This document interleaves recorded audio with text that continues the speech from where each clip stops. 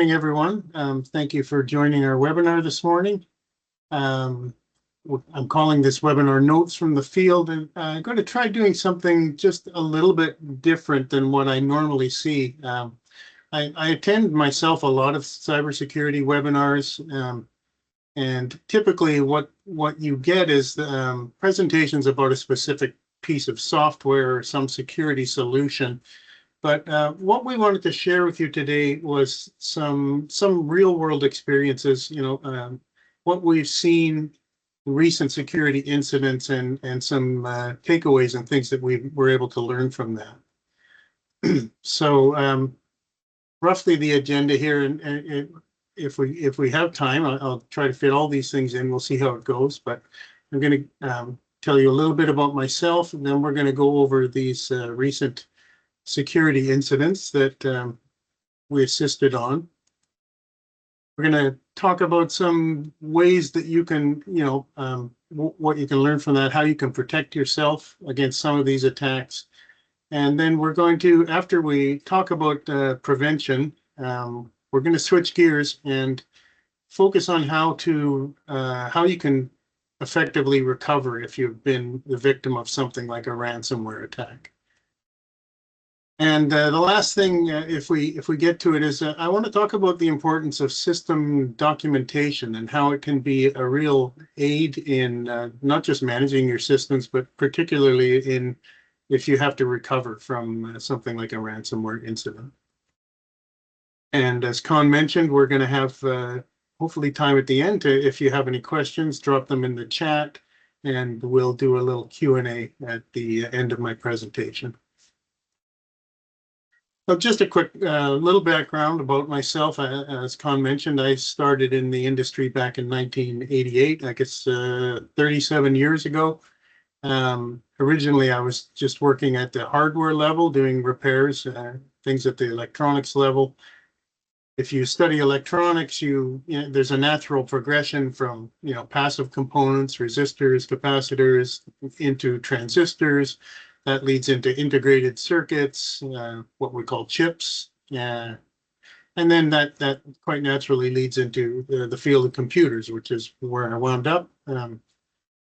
I gained a lot of knowledge about computer operating systems, worked as a system administrator, and then following that, I developed a strong interest in security, and from 2000 to 2012, I worked as a security consultant with a specialization in firewalls and network security. I'm co-founder of a company called Omni Systems, which provides managed backups and disaster recovery. And I've been with Essential Software now since 2014, so just over 10 years. So as I mentioned, we're going to start by talking about some recent security incidents that we've seen that we thought might be of interest to people. So we want to focus again. We're not going to pitch specific security products or services you can buy. Most webinars are about email filtering or antivirus or endpoint protection, and there's a lot of good products there. There's nothing wrong with that. I just thought it might be interesting to take a little different approach and look at some actual things that we've seen. We're going to look at a couple of examples that involved email hacking, how that happened and what some of the results are. A couple of these, or at least one of them, involved compromised user credentials. We're going to discuss that topic and to see how it took place and what you can do to prevent it. Another example involves something called server-side rules. These are rules that are set up in email where incoming emails can be automatically moved out of your inbox into other folders. And these, I'll show an example where these rules actually played a role in some of the email hacks, where the people that were illegally accessing the person's inbox were able to keep them from seeing certain emails that came in so that they didn't respond to them. And another technique that these hackers were using was sending replies to fake email domains, and we're going to look at a couple of examples of how that works. So the first example, which was fairly recent, just a few months ago, involved a travel agency that they receive invoices from vendors such as hotels, etc. They forward invoices to their clients over email. And what they discovered was happening was these emails were being intercepted. The invoices were being modified and then forwarded on for payment. And the result was that the payments were being routed to a place they weren't supposed to go. So let's dive right in and take a look at a couple of these emails and see what was going on. If you look down here at the bottom, this is someone emailing their travel agent named Jill and requesting a change to their reservation. They're saying that they booked one too many rooms, and they're basically asking, can you send us cancel one of the rooms and send us an updated invoice? And the travel agent replies and says, of course, here's the updated invoice, et cetera, and the invoice is attached. Now, this response, which appears to come from the travel agent named Jill, was actually sent by the hacker that was accessing Jill's mailbox. And so she received the updated invoice, and it was the invoice was doctored and intercepted and doctored and sent to the victim. This is what the invoice looked like that the customer received. And basically what they did is they took the actual invoice, they edited the PDF, and down here in the bank details, they put their own bank details here, they meaning the hackers. So this was, they were asking for the money to be sent to a bank in Mexico, 31,000 euros. So, not an insignificant amount of money there. Now, when the client received that invoice, not surprisingly, they were a little puzzled by, they're booking a hotel in Italy. They're being asked to send payment to a bank in Mexico. And so they actually pushed back, good for them. They saw the red flags.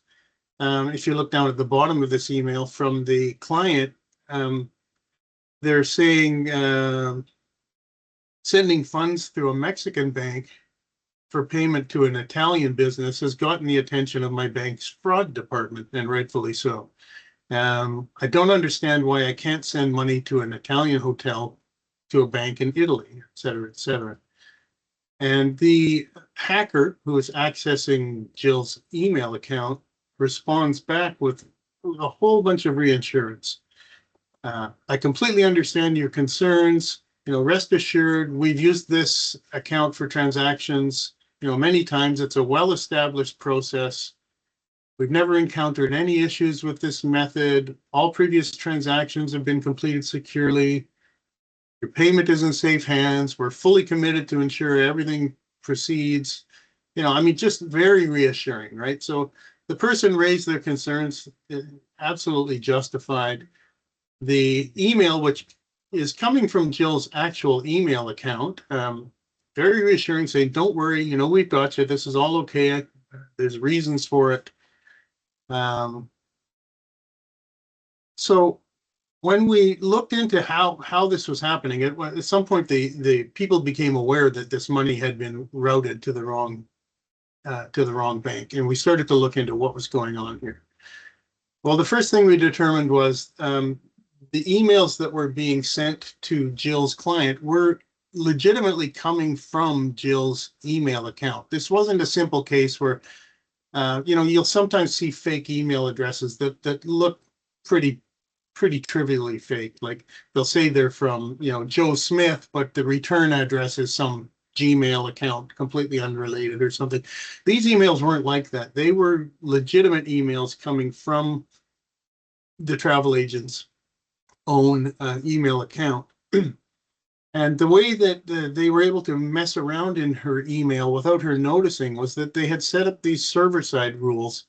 Whenever the client responded to one of Jill's emails, as soon as that response went into her inbox, this rule moved it into a subfolder and so quickly that, you know, Jill could be sitting there watching her inbox. She wouldn't even see that it had come in. So this is an example, excuse me, of what, you know, the way you can set up rules in Outlook, for example. I set up one here just to show you what it would look like. I set up a rule called hide email from Ron at esoft.com. Ron is my boss, Ron Hepting. And what the rule does, if you look down here, is it says anytime an email arrives that came from Ron Hepting, move it out of the inbox and put it into a folder. I created a folder just called Other. And in Jill's case, it was just using some subfolder. She had many subfolders in her inbox. The hackers just chose one, and anything coming from the client in question was automatically sent into that folder. And she didn't notice this. It happened that, you know, she happened to have a lot of rules for automatically moving things around in her inbox, so didn't notice that a new one had been added there. And unfortunately, you know, there was about 31,000 euros, or roughly $50,000 in Canadian, was routed to the bank in Mexico before anyone became aware that anything was going on. The second example, another travel agent was involves the email when they were not false emails being sent, but when they replied to emails, they were being sent misdirected, and, you know, people started monkeying around again with banking details, getting payments to be routed to a bank where they weren't supposed to go. So it starts out the vendor, which a travel agent or a vendor in Turkey. It just sends a request for banking information because they want to send. They have a refund coming, and also the travel agent has a commission due, you know, a little over $6,000. And this person is asking, please confirm the bank details in the attachment, and you know, as soon as you let us know, we'll do a wire transfer. So the person here, in this case, the travel agent named David, clicks a reply, sends a reply back, and says, here's the banking information. Now, what happened here is that reply did not go to the person who sent the request. It actually got sent to a hacker's account. And I'm just going to show you an example of how that could happen, because it was very difficult for the users to detect what was going on. Without knowing what was going on, it could really easily be overlooked. So this is an email that I crafted just to show you as an example. So it's an email again from my boss, Ron Hepting. It's just saying hello, asking me for some information. If I look at the email address here, it's showing Ron at esoft.com. If I hover over this little thing here, it's got his email address. All looks legitimate. If I hover over the little email icon here, I don't know if you can read that tiny text, but it's saying Ron at esoft.com. So, you know, there's absolutely nothing about this that looks suspicious, but I want you to see what happens when I click the reply button. This is what happened to David when he tried to reply to his person. I wonder if you just look at this, are you able to spot anything wrong? Well, what's wrong is the reply address up here is not going to Ron's email address. If you look very closely, you'll notice that the letter O in eSoft has been replaced by the number 0. And this is actually a completely different domain. So Ron is not going to receive this email. This is going to someone else. And it's actually fairly easy to do this. If you look at, sorry, here's the one here. Okay, so if you can read this, if you scroll down, right here, there's a header that's hidden in the email that says reply to, and this is the fake domain that isn't going to go to Ron. So we looked into the fake domain the person was using. If I go to look up, you can look up information about domain registrations and so forth. If I look up esoft.com, you'll see here that it tells you this domain was created back in 1994. You know, this is the legitimate esoft.com domain. But if I look up the fake domain that has a 0 in the name, the first red flag right away is this was created on September 9th, or sorry, September 10th, 2025. That's the same day I received the email, the fake email from Ron.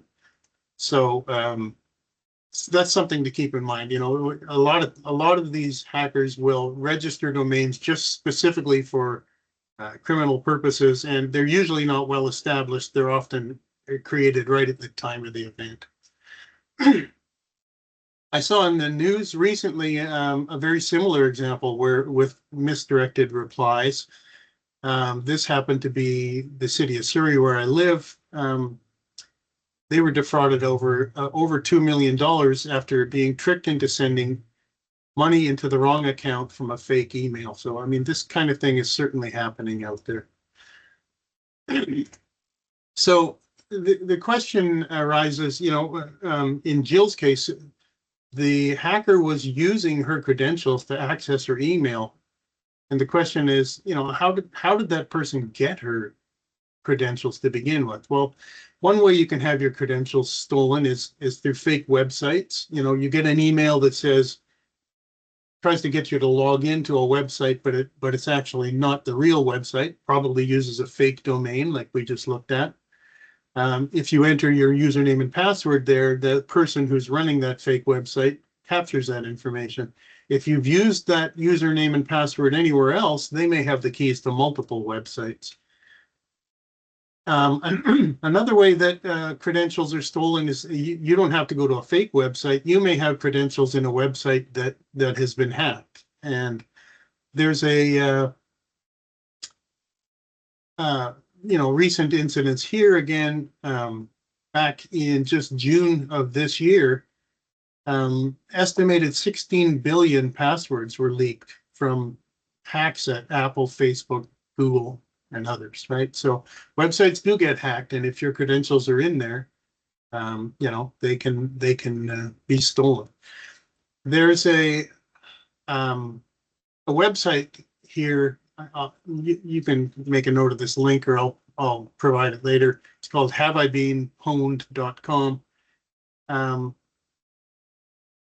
You can do a couple of things here. You can type in a password that you're using to see whether it's in anyone's password list that they would use for hacking. So I'm going to try you know, a very weak password. I'm going to type password 123.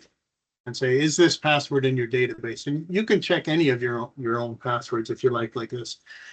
And it says this password has been seen a little over 900,000 times. So, you know, don't use that password. The whole world knows about it. You know, maybe I can make it a little stronger. Let's try password 123 and then 45, and a little bit stronger. Well, okay, this one's still been seen 88,000 times. So, you know, if you like, you can type a password in here and see if it's one that people have on a list. They're going to be able to break into your account very quickly. They don't have to brute force every combination of passwords out there. They can just try passwords that they know a lot of people are using. But another interesting thing about this website is they keep a list of websites that have been hacked who've had passwords stolen. And if I sort this by the number of passwords taken, there's some pretty significant examples here. So let's go this way here. So, you know, it's Facebook, at one point, 500 million passwords stolen. If you were on MySpace, you know, 359 million stolen. Here's Twitter, 211 million passwords stolen. This is just as recent as 2023. There's an old hack at LinkedIn. So, you know, passwords get stolen that are beyond your control. And another way this can happen is just brute force cracking. They can just steal what's called a password hash and try to crack it. This is some recent statistics. Researchers did some tests on how long does it take to pass crack a password. If you're in the purple or the red zone, you're at risk, right? And this is based on number of characters in your password. So let's say an 8-character password with just lowercase letters can be cracked in 3 weeks. If you're using, at the far end of the scale, it can take many, many years, billions of years, if your password is strong enough. But what I want you to consider here is the hardware they're using to run this password cracking. They've got 12 of these NVIDIA's flagship video cards, or what are called GPUs. They're very powerful for doing this kind of computation. But I think these estimates are frankly a little optimistic. For one thing, it's a lot of computing power, but it's not as much as you can bring to bear. And they're also using this password hash, which is a very strong type of encryption. It's stronger than what's used in Windows, for example. So a way that they can get those numbers down in terms of how long it takes to crack a password is there are places that run this sort of thing in the cloud, and they can scale the amount of computing power that they're applying to it.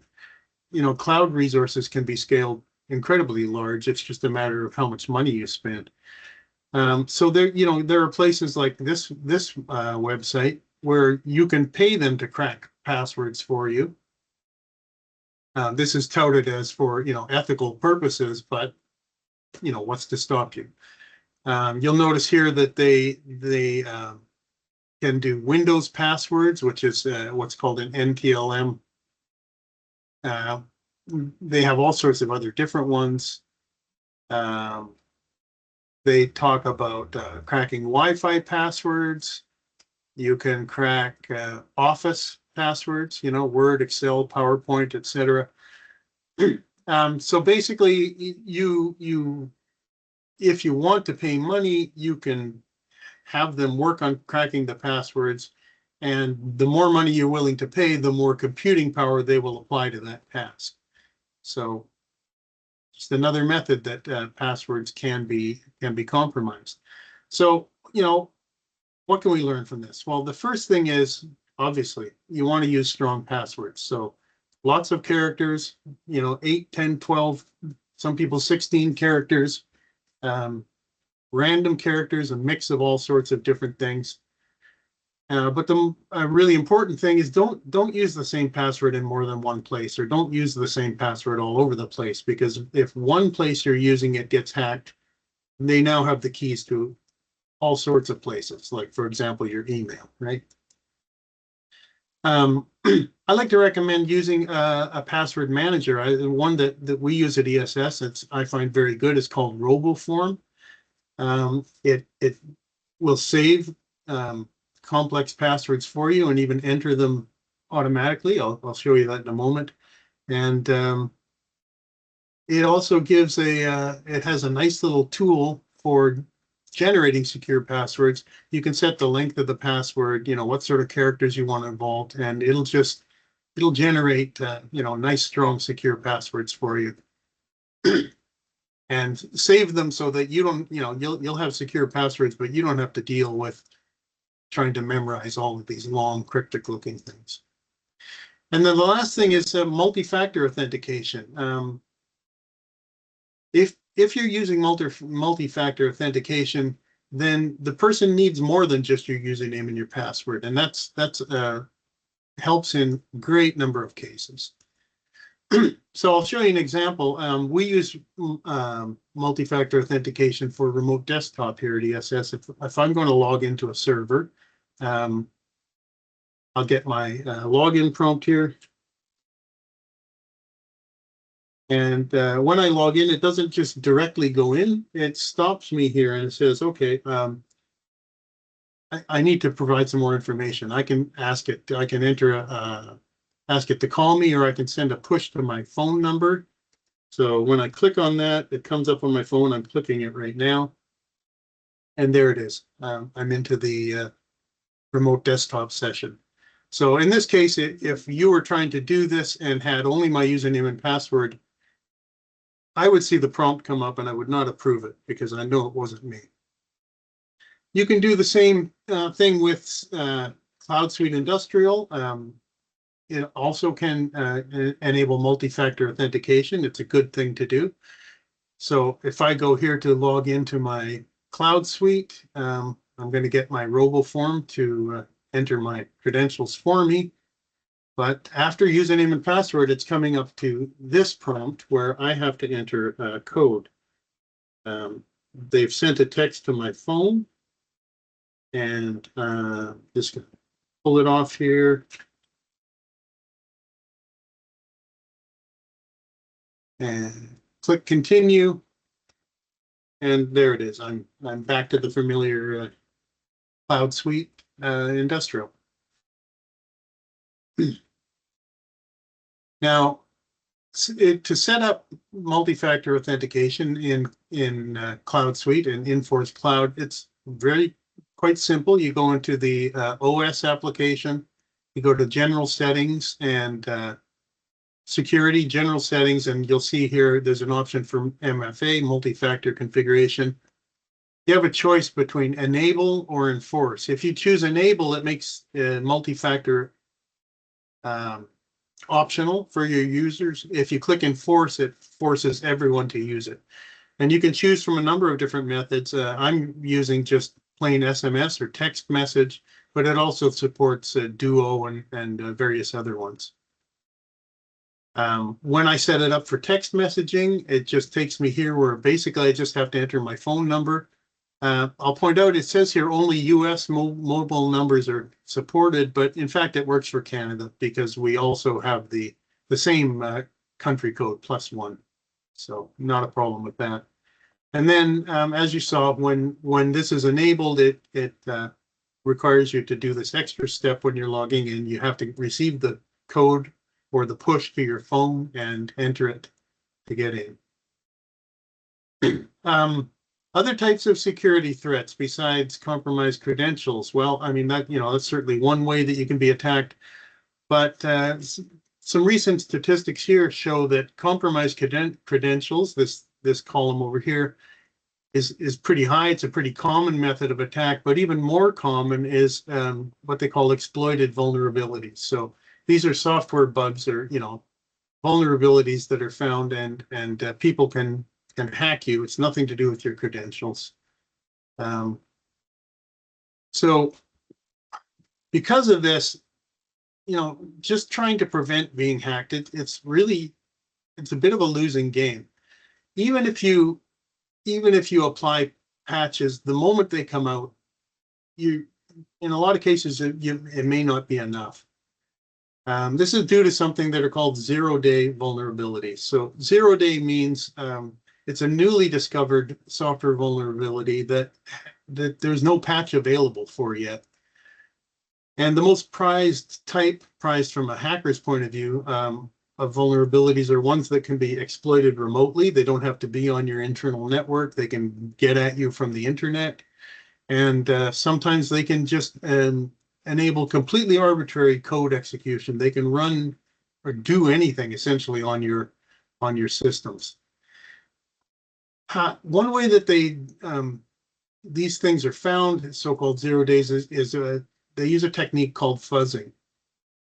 What they do is they'll take a program and they'll run software against that program that bombards it with, huge amounts of intentionally bad input. They're trying to see if they can do anything to the software that makes it do something unexpected. If they can make it crash, if they can, make it what are called memory leaks, all these sorts of things. They torture test the software using these techniques, and they look for things that can be used as for exploiting or executing code. So something called a buffer overflow, input validation errors, those sort of things. Now, when these kind of things are discovered, which happens pretty regularly, well, what happens then can take one of two paths. The people doing this kind of research, I call them, two categories. There's good guys and there's bad guys. the bad guys are looking for zero-day vulnerabilities to keep for themselves. They don't want anyone to know. They just want to use this for criminal activities. There have been many examples of this, some of them quite famous. And, you know, these bad guys may include professional cybercrime gangs or sometimes even state-sponsored entities. We can look at examples like Stuxnet, which was, you know, originated from security agencies in the United States. WannaCry was a very successful ransomware, a variant that ultimately was thought to come out of North Korea. The good guys, on the other hand, the reason they're looking for these vulnerabilities is that it enhances their reputation in the security community.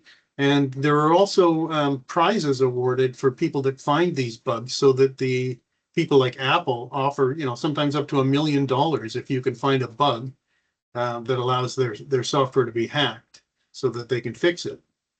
And the good guys follow a protocol called responsible disclosure, where they'll notify the vendor like Microsoft and give them time to release a patch. Vendors such as Microsoft, they typically release security patches the second Tuesday of every month.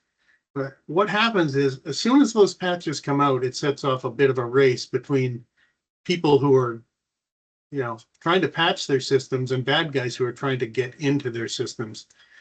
The bad guys download the patches and they reverse engineer them to see, they can tell, okay, what files on my system is this updating? And then they'll look into those files and start doing fuzzing and those torture tests to see how maybe this can be exploited. Another thing is that when the patches are released, they typically list an exact version of the software that's affected. So it might only be a few hours before they know, the bad guys reverse engineer the patch, and they know how anyone running that specific software is vulnerable to an attack. But then the question arises, well, if they know how to attack this software, how do they know who to attack? How do they know, for example, that you're running this software? This is discovered by a technique called port scanning. They're constantly just scanning random addresses on the internet, and they're looking for things, ports that are open, services that are running. I liken this to, you know, it's like a robber just knocking on millions of doors to see if the door's locked or see if anyone answers. Now, some services, if you open a port on your IP address, sometimes the service will reveal the actual name of what's running on that port. So I'll give you a quick example of that. If I'm going to go to a host here on our local network, and I'm going to tell it to connect on port 25 here on this IP address. And the response comes up saying Microsoft SMTP mail service, et cetera, et cetera. So this is I've discovered here there's a service running Microsoft Exchange server at this IP address. And but it's not telling me specific details about the version or anything. But anyway, I know that there's a piece of software running and it's listening. As another example, I can do so I just got to jump back in here. I can do connect to this host on port 22. And in this case, the service not only responds with the exact version of the software, it's running OpenSSH. It tells me the exact version and subversion.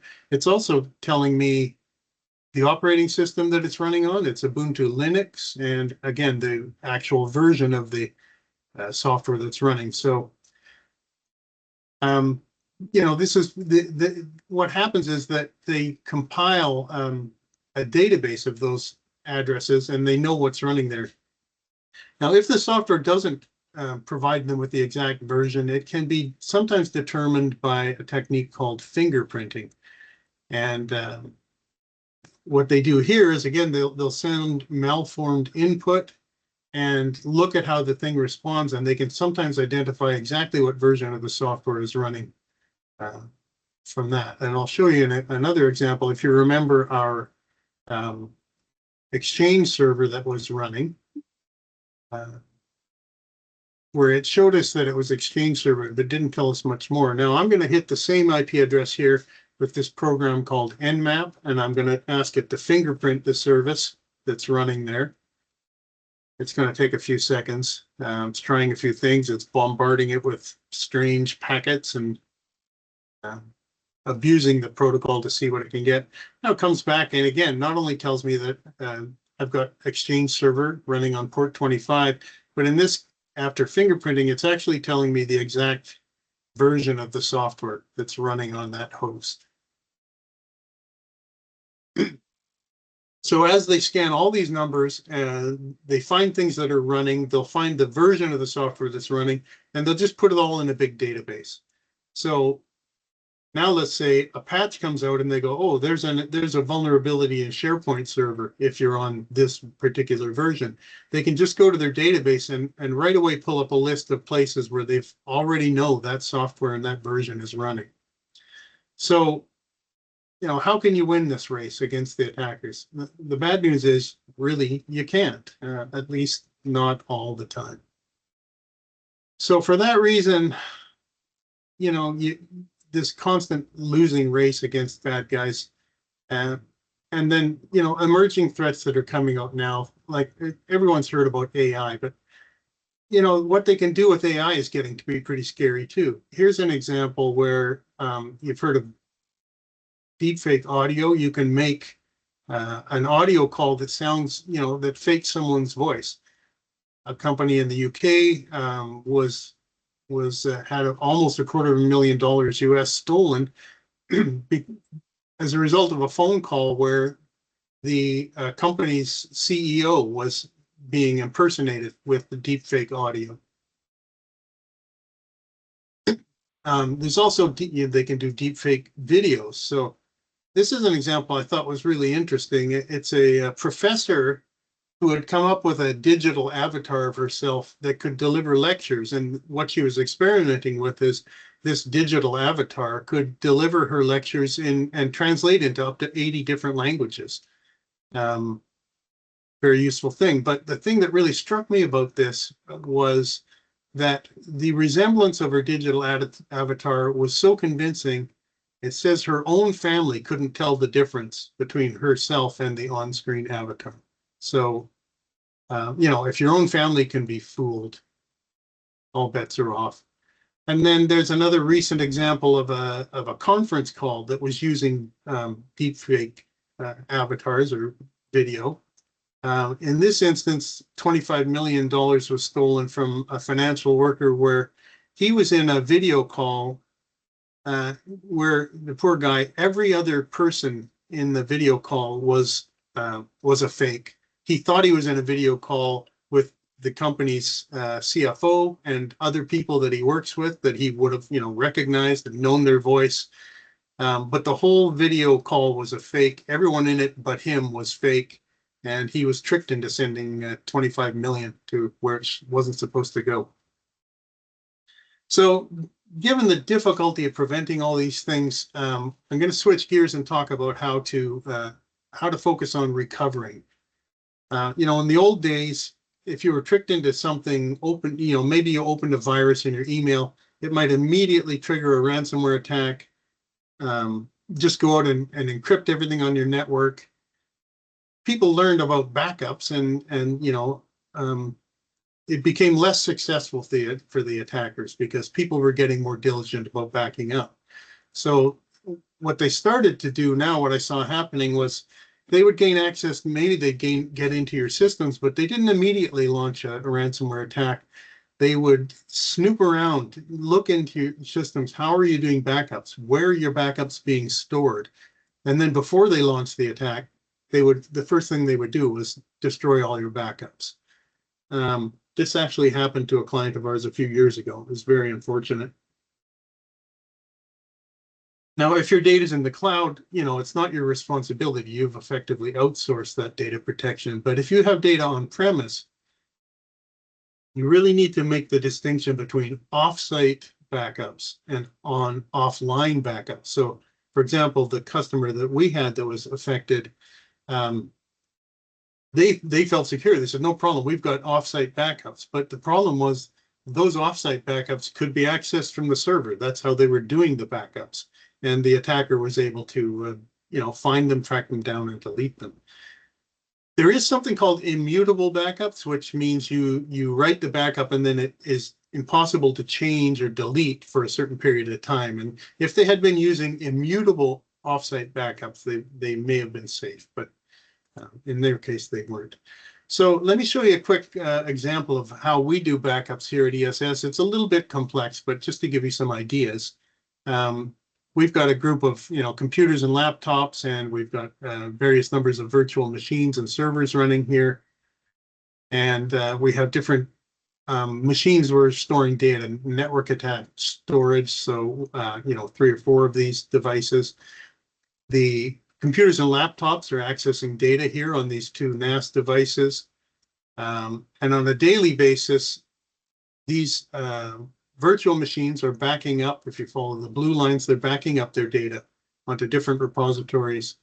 The data that's on the NAS, for example, on NAS 1, every day it's backing up its data over onto NAS 2 and vice versa. They're using each other for backups. And then we also have some offsite backups happening here that happen on a daily basis. And on a weekly basis, the data from these is copied onto external disks. There's also a cloud backup that runs on a weekly basis. These are what are called immutable backups that I had discussed.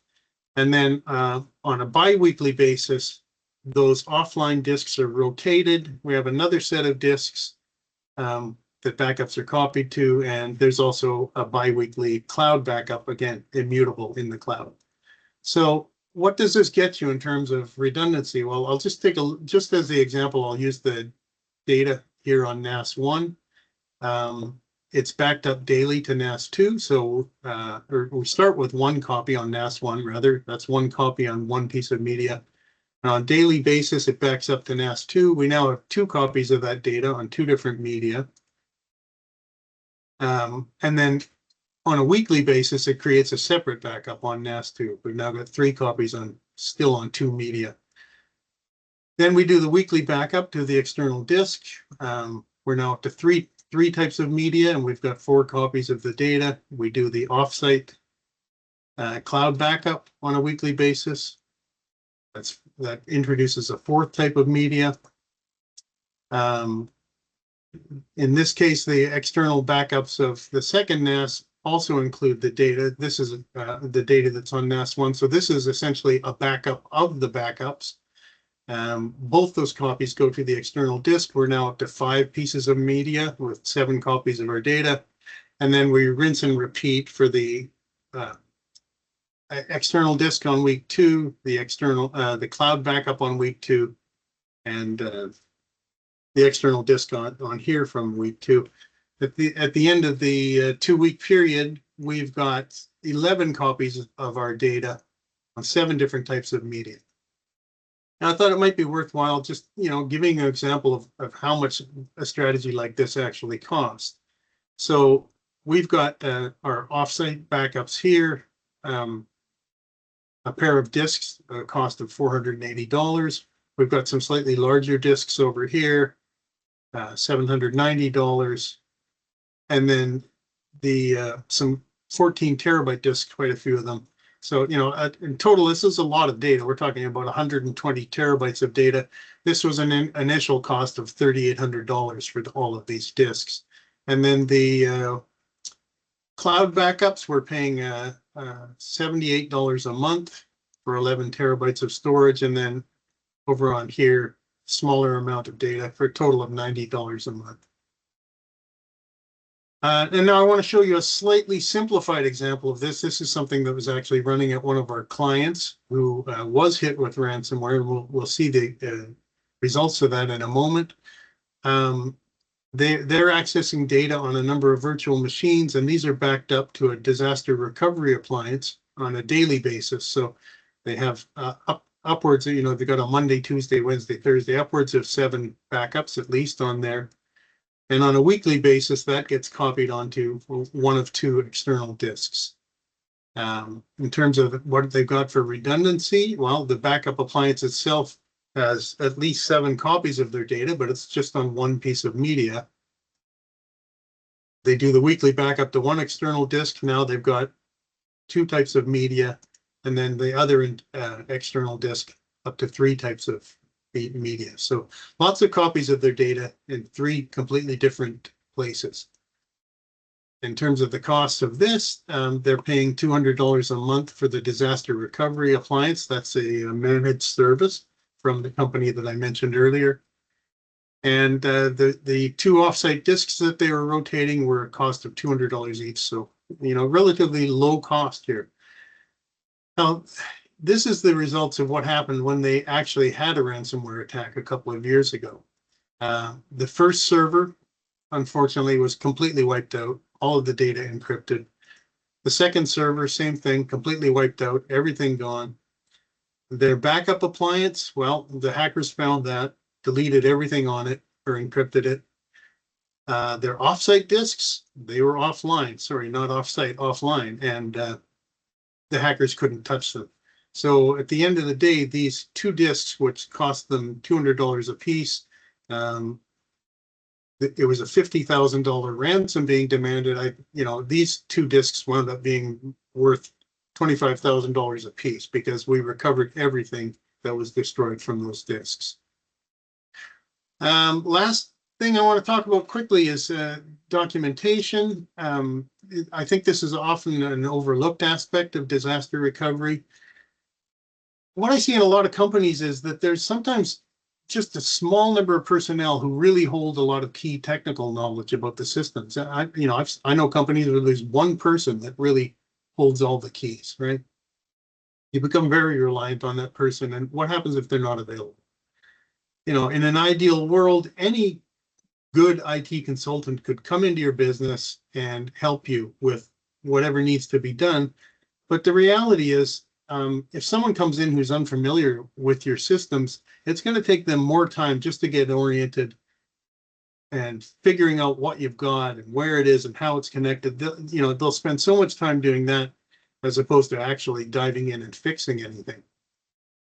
So I want to show you an example of some network documentation and how it can be useful. Sorry, it just takes a moment for this to come up. This is a program called NetViz, which we've been using for a number of years. I'm going to get my RoboForm to log me in here.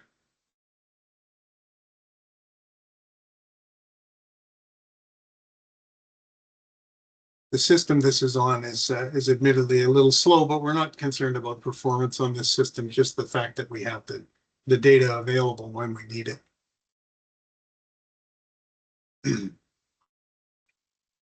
So here's a map, an overview showing some of where our equipment's located, how it's connected. I'm going to, if I drill down into one of our offices here, I can just double click. I see some equipment here in the office. Here's a cable modem that's connecting us to an internet provider. If I double click on there, I can zoom right down to the port level. I can see, I can click on this link. I see it's a Cat6 cable. It's connecting port 1 on the cable modem to another port somewhere else. If I go click on that, I can see, oh, okay, that's going to the WAN interface on this little router. This little guy over here. So, there's lots of useful information here. If I click on this, I can see information about how it's configured and so forth. I can drill down into it and look at all this, how the ports are set up, etc. I go into another location here. I've got I can see a whole bunch of information about where equipment is, how it's connected. I can drill down into the server room, drill down here into the server rack. I see, all sorts of equipment in here. Here's a server in the rack. I can click on that. Shows me all of the equipment inside. I can drill down into, for example, there's a network adapter here, right down to the port level, which is showing me what the IP address of this server, all sorts of useful information from a technical perspective that a technical person would help them know what's going on. Another thing you can do is you can look at not just the graphical representation, you can look at tabular data. So, for example, here's an IP phone in our Burnaby office. I can ask the software to show me a table listing all of the phones that we have. So I've got the extension numbers, the external phone numbers, IP addresses, etc. This information is helpful both from a technical standpoint, but also very useful for things like inventory purposes, insurance purposes, and so on. So just to give you an idea of what can be done in terms of documentation. One thing I'll say is that this kind of documentation, this amount of detail, it does require considerable commitment. In the database I just show you, which we've been using for 10 plus years, if I look at the audit trail, there's been over 10,000 edits in that database to get it to where it is. And the thing is that if your documentation becomes outdated or if it's inaccurate, it quickly loses its value. So it can be an extremely valuable tool to aid in system management and in disaster recovery, as long as it's up to date and accurate. So the takeaways quickly from today's talk, we discussed credentials, passwords. They should be not just use strong passwords, but use unique passwords. Don't reuse them in multiple places. Multi-factor authentication is a critical piece in today's world, and it can mitigate a lot of the damage if one or more of your credentials are compromised. Your backup strategies need to include offline or immutable copies, not just off-site, but offline. That's the only way you can be guaranteed that someone can't get to them and delete them. And as I mentioned, don't overlook the value of good documentation. A lot of people do overlook this, but it can be super helpful.